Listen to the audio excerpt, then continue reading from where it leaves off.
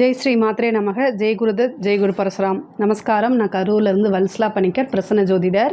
இன்றைக்கி நம்ம குரு பெயர்ச்சியோடைய பலன்கள் ரிஷப ராசிக்கு எப்படி இருக்குன்னு பார்க்க போகிறோம். இப்போ நான் சொல்லக்கூடிய இந்த குரு பெயர்ச்சியோடைய பலன்கள் வந்து ரிஷப ராசி மற்றும் ரிஷப லக்னக்காரங்களுக்குமே பொருந்தும். உங்களுக்கு 100% அக்யூரேட்டான பலன்கள் சொல்லணும் அப்படின்னா உங்களுடைய இண்டிவிஜுவல் ஜாதகம் இருக்கு இல்லையா, அதில் கிரகங்கள்லாம் என்ன பொசிஷனில் இருக்குது, அப்புறம் டிரான்சிட்டில் பிளானட்டோடைய பொசிஷன்ஸ் மட்டும் இப்போ உங்களுக்கு கரண்ட்டாக என்ன திசா புத்தி ஓடிட்டுருக்கு, இது எல்லாத்தையும் வச்சு கால்குலேட் பண்ணி தான் நம்ம 100%ஆன அக்யூரேட்டான பலன்களை சொல்ல முடியும். இருந்தாலும் இப்போ நான் சொல்லக்கூடிய இந்த குரு பயிற்சியோடைய பலன்கள் வந்து 80% கரெக்டாக தான் இருக்குங்க.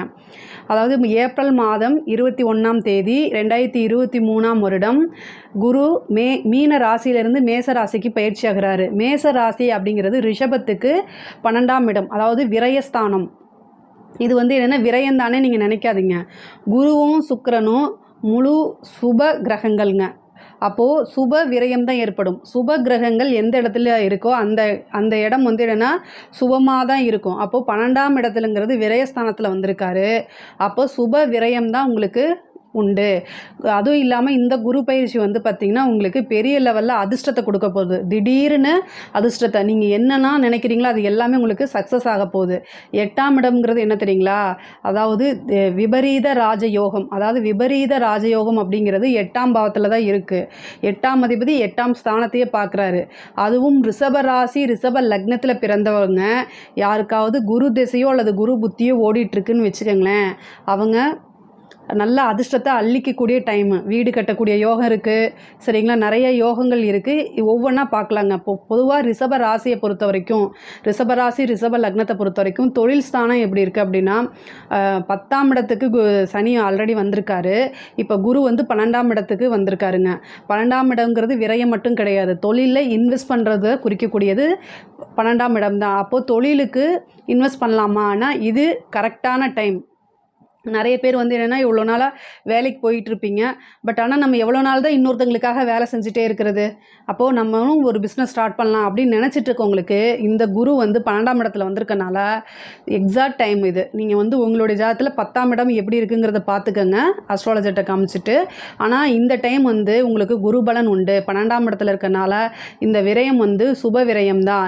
இதுவே வேறு, அதாவது சனிவோ இல்லை வேறு ஏதாவது பிளானட் இருக்குதுன்னு வச்சுக்கோங்களேன், அது வந்து சுபமாக முடியும் நம்ம சொல்ல முடியாது. பிஸ்னஸ் ஸ்டார்ட் பண்ணுறதுக்கு இது வந்து நல்ல டைம் தான். செகண்ட், இன்னொன்று என்ன அப்படின்னா உங்களுக்கு லோன் கிடைக்கும் பிஸ்னஸ்க்கு. உங்களுக்கு வந்து இப்போ ஒரு 1 லேக் தேவைப்படுது பிஸ்னஸ் ஆரம்பிக்கிறதுக்கு. ஒரு எக்ஸாம்பிள் சொல்கிறேன். 1 லேக்கில் இந்த காலகட்டத்தில் கண்டிப்பாக அமையாது.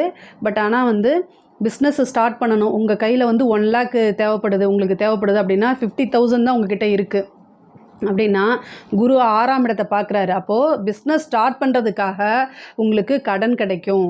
அப்போது அதை கரெக்டாக நீங்கள் யூஸ் பண்ணிக்கோங்க. அதுவும் குருவோடைய பார்வையில் இருக்கும்போது அவர் 6ஐயும் பார்க்குறாரு 8ஐயும் பார்க்குறாரு. அப்போ மானியத்தோடு கிடைக்கிறதுக்கு உண்டான வாய்ப்புகள் இருக்குது. திடீர்னு உங்களுக்கு இது வரைக்கும் ரிஜெக்ட் பண்ணியிருந்தது கூட இப்போ நீங்கள் மறுபடியும் மூவ் பண்ணிங்க அப்படின்னா நீங்கள் இதுக்கு முன்னாடியே இது பண்ணியிருப்பீங்க, அப்ளை பண்ணியிருப்பீங்க. பட் ஆனால் ஏதோ ஒரு ரீசன்னால் நீங்கள் அது வந்து ரிஜெக்ட் ஆகிருக்கும். ஆனால் இப்போ மறுபடியும் போய் அப்ரோச் பண்ணுங்கள். நான் சொல்கிறேன், இந்த டைமில் வந்து திடீர்னு அதிர்ஷ்டத்தினால உங்களுக்கு பேங்க்கில் மானியத்தோட பிஸ்னஸ் தொடங்குறதுக்கு லோன் கிடைக்கிறதுக்கு உண்டான வாய்ப்புகள் இருக்குது. 4ஆம் இடத்தை பார்க்குது, வீடு வாங்கக்குண்டான அமைப்புகள், தொழிலுக்கு சொந்தமாக இடம் வாங்கக்கூடிய அமைப்புகள்லாம் இருக்குது. தொழிலை பொறுத்த வரைக்கும் 12ஆம் இடத்துக்கு வரதுனால புதுசாக அமௌண்ட் போட்டு, அதாவது இன்வெஸ்ட் பண்ணி தொழில் செய்யக்கூடிய வாய்ப்புகள் இருக்குது. அது நல்லாவும் போகும். ஏன்னா 11ஆம் அதிபதி தான் 12ஆம் இடத்துக்கு வந்திருக்காரு. அப்போது உங்களுக்கு கண்டிப்பாக இப்போ இன்வெஸ்ட் பண்ணிங்க அப்படின்னா நல்ல வருமானம் ஈட்டக்கூடிய காலகட்டம் வந்துருங்க. அப்புறம் உத்தியோகத்தில் இருக்கவங்களுக்கு 12ஆம் இடத்துக்கு வந்திருக்குது. அவர் வந்து 4ஆம் இடத்தை 6ஆம் இடத்தை 8ஆம் இடத்தை பார்க்குறாரு. உத்தியோகத்தில் இருக்கவங்க ஜாக்கிரதையாக இருக்கணும். ஏன் அப்படின்னா அஷ்டமஸ்தானத்தை குரு பார்க்குறாரு. 4ஆம் இடம் பதவி, 6ஆம் இடம் நீங்கள் வேலை பார்க்கக்கூடிய இடத்த குறிக்கக்கூடியது, உங்களுடைய சர்வீஸை குறிக்கக்கூடியது. அப்போது நீங்கள் நல்லா வேலை பார்ப்பீங்க, திடீர்னு அதிர்ஷ்டமும் அடைக்கும். சேம் டைம் 4ஆம் இடம் பதவி, உங்களோட பதவிக்கு ஏதாவது களங்கம் ஏற்படக்கூடிய வாய்ப்புகள் இருக்குது.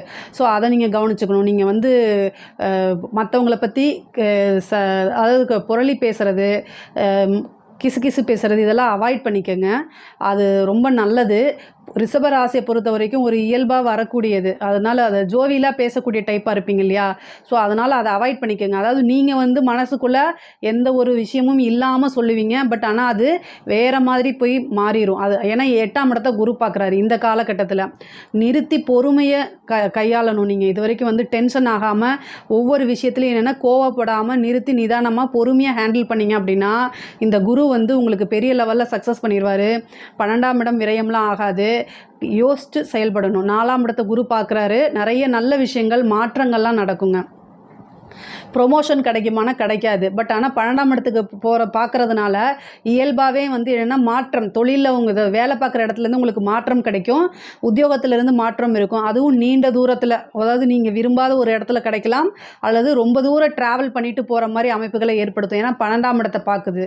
அதனால் ஆனால் உறுதியாக உங்களுக்கு நீங்கள் பார்க்கக்கூடிய வேலையில் ஜாபில் வந்து சேஞ்சஸ் உண்டுங்க. அரசாங்கத்துறையில் இருக்கவங்க லஞ்ச லாவணியங்களை அவாய்ட் பண்ணிக்கிறது ரொம்ப ரொம்ப நல்லதுங்க.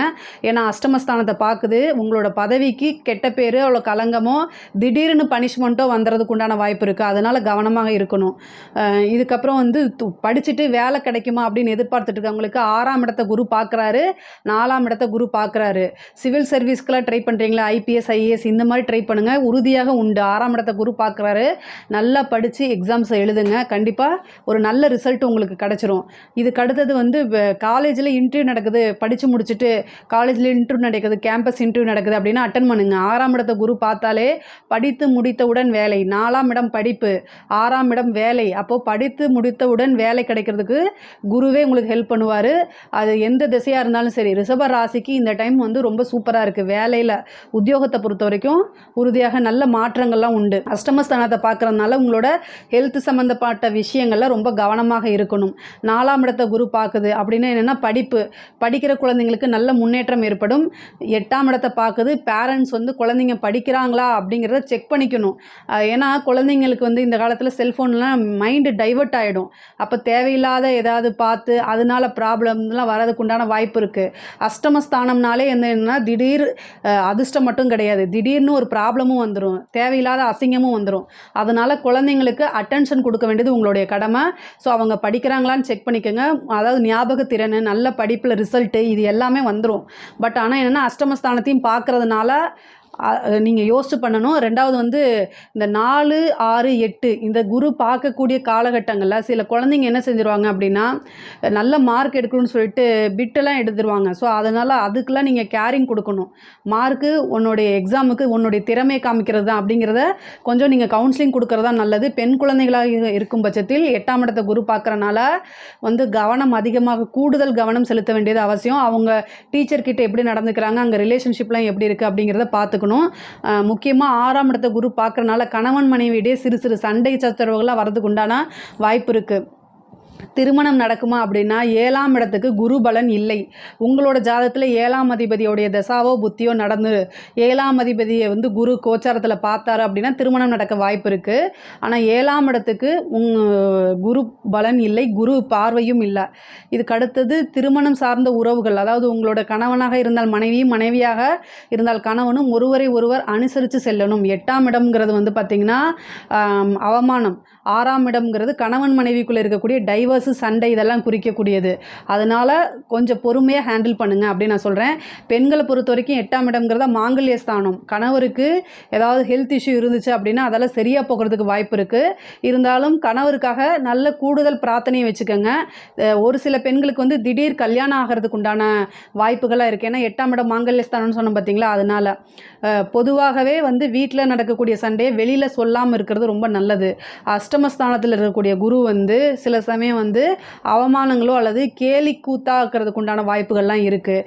ஏன்னா அவர் உங்கள் ராசியை பொறுத்த வரைக்கும் அஷ்டமாதிபதி. அதனால் சின்ன அவமானத்தை கொடுத்துருவார். பொதுவாக எல்லா விஷயத்துலையும் கவனமாக இருக்கணுங்க. வீடு கட்டக்கூடிய அமைப்பு, அதாவது இப்போ உங்களுக்கு வந்து இனிஷியல் பேமெண்ட் வந்து என்னென்னா இருக்குது. பட் ஆனால் எப்படா வீடு கட்டுறது அப்படின்னு மலைப்பாக இருக்கும் இல்லையா. பல பேர்த்தோடைய கனவே எனது சொந்த வீடு தான். அப்போது 6ஆம் இடம்ங்கிறது யார், கடன்ங்க. 6ஆம் இடம்ங்கிறது கடன். அப்போது கடன் வாங்கி வீடு கட்டக்கூடிய அமைப்புகள் இருக்குது. 4ஆம் இடத்தை குரு பார்க்குறனால இந்த டைம், அதாவது உங்களுக்கு நீண்ட நாளாக அபிலாஷை இருந்திருக்கும்ல, நமக்கு சொந்த வீடு அப்படின்னு ஒரு கனவு இருந்திருக்கும்ல, அது வந்து இந்த குரு பயிற்சியில் நடக்கும். ஏன்னா 12ஆம் இடம்ங்கிறது சுப விரயம். அப்போ ஏதாவது நீங்கள் கையில் கேஷ்னு இருந்துச்சு அப்படின்னு வச்சுக்கோங்களேன், அது வந்து விரயமாக தான் போகும். அப்போ வந்து அதை வந்து என்னென்ன ஒரு பிஸ்னஸ் ஸ்டார்ட் பண்ணுறதுக்கோ அல்லது வீடு கட்டுறதுக்கோ வாகனங்கள் வாங்குறதுக்கோ இது கரெக்டாக யூஸ் பண்ணிக்கோங்க. வீடு கட்டக்கூடிய யோகம் உண்டு.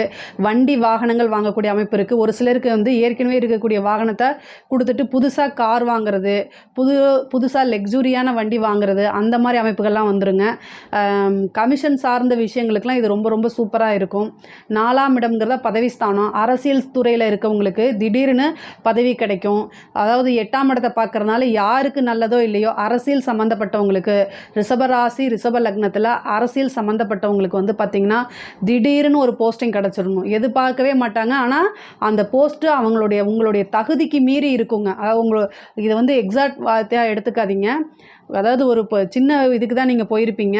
ஆனால் ஃபஸ்ட்டு டைமே உங்களுடைய திறமைக்கு என்ன செய்யும், மேலிடத்துல அங்கீகாரம் கொடுத்து ஏதோ ஒரு அதாவது கெட்டவன் கிட்டிடும் ராஜயோகம்னு சொல்லுவாங்க. அது மாதிரி ஒரு ராஜயோகத்தை கொடுத்துரும். அப்போ திடீர்னு ஒரு பதவி, அதுவும் நீங்கள் எதிர்பார்த்துருக்க மாட்டீங்க, அந்த மாதிரி பதவியே உங்களுக்கு கொடுத்துருவாங்க.